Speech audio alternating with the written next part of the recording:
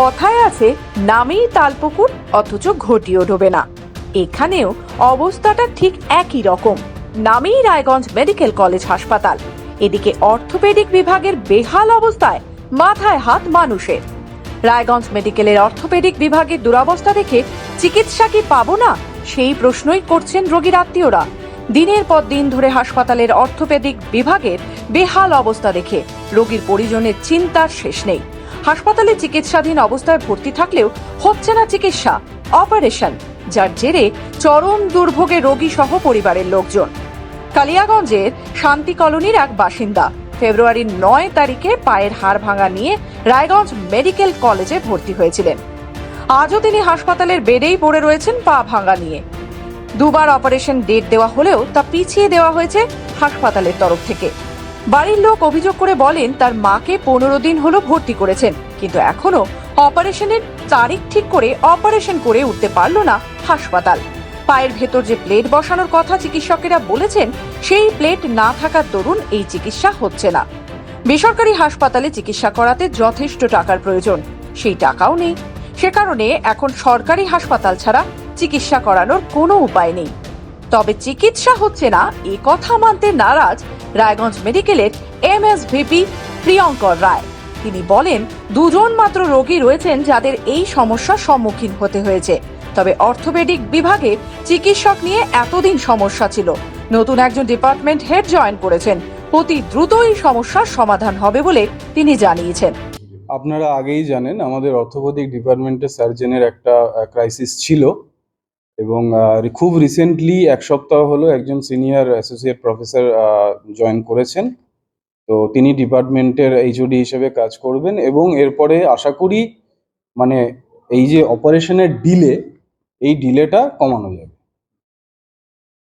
কিন্তু ওরা যেটা অভিযোগ করছে যে যন্ত্রাংশ অপারেশনের জন্য লাগবে সেই যন্ত্রাংশ নেই এবং বাবা করে বলা হচ্ছে যে খুব দ্রুত হয়ে যাবে, কিন্তু তারপর দুবার করে ডেট ফেল করা হচ্ছে। এই জিনিসটা আমার কাছে যতখানি ইনফরমেশন আছে, এই ডেট ফেলগুলো অ্যানাস্থেটিক ফিটনেসের জন্য হচ্ছে, যন্ত্রাংশ সব অ্যাভেলেবেল আছে। আমি তবুও অর্থোপেডিক সার্জনদের সঙ্গে কথা বলবো, তাড়াতাড়ি কেসগুলো করে দেবো। আজ থেকে 10 দিনে সরস্বতী পূজার দিনে অ্যাক্সিডেন্টে ভর্তি করছি, হাতটা ভেঙে গেছে।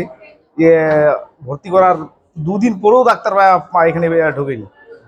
তারপর ডাক্তার ঢুকছে, এই ছবি হচ্ছে কি অপারেশন করবে না কি করবে, কোনো চিকিৎসাই হচ্ছে না। এমনি চিকিৎসক আসছেন এখানে? এমনি শুনলাম যে 2 দিন আগে বলে একজন আসছিল, এখন বলছে যে অপারেশন হবে, যে একের পরে এক একটা রিপোর্ট করছে, রিপোর্টে কোনো এখন রিপোর্টগুলাই আসেনি। এই যে মেডিকেল কলেজ, এই একটা জায়গা যেখানে আপনারা চিকিৎসা নিতে আসেন, সেখানে এই অবস্থা। হ্যাঁ, এটা নিয়ে কি বলবো?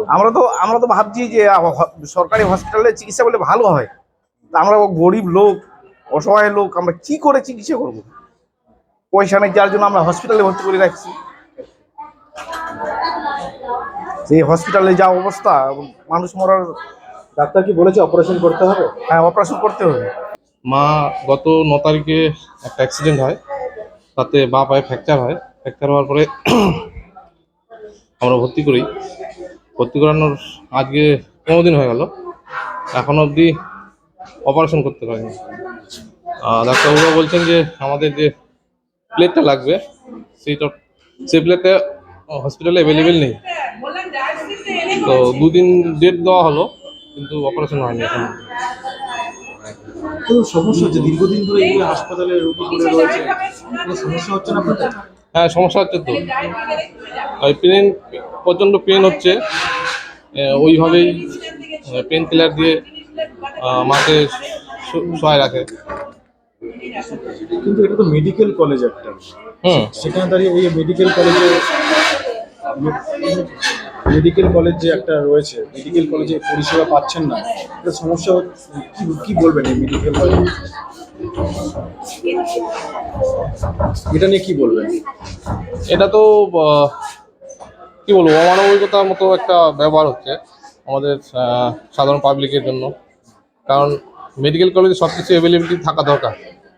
সেইখানে সাধারণ মানুষ ভরসা করে একটা গভর্নমেন্ট মেডিকেল কলেজ বা সরকারি হাসপাতালের উপরে, কারণ সবার সঠিক সামর্থ্য থাকে না যে ভালো করে চিকিৎসা করানোর বাইরে।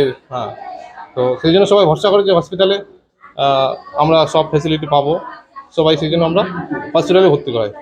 যে এখানে প্রাথমিকটা করিয়ে বা তখন আর্থিক যে সংকটটা আছে সেটা জোগাড় করে আমরা হয়তো বাইরে কোথাও নিয়ে যাব। তো এখানে দেখছি উল্টো, এখানে কোনো রকম মানে ঠিকমতো চিকিৎসা পরিষেবা পাচ্ছি না। বিশেষ করে আমার মায়ের ক্ষেত্রে আমি যেটা দেখছি, দীর্ঘ 15 দিন ধরে ওইভাবে বেডে শোয়ানো আছে, না উঠাতে পারছি, না অন্য জায়গায় রেফারও করছে না আমাদেরকে, যে রেফার করে দিলে আমরা অন্য কোনো ব্যবস্থা করে নিতে পারতাম। বলছে হবে হবে, 2টো ডেট ক্যান্সেল হলো।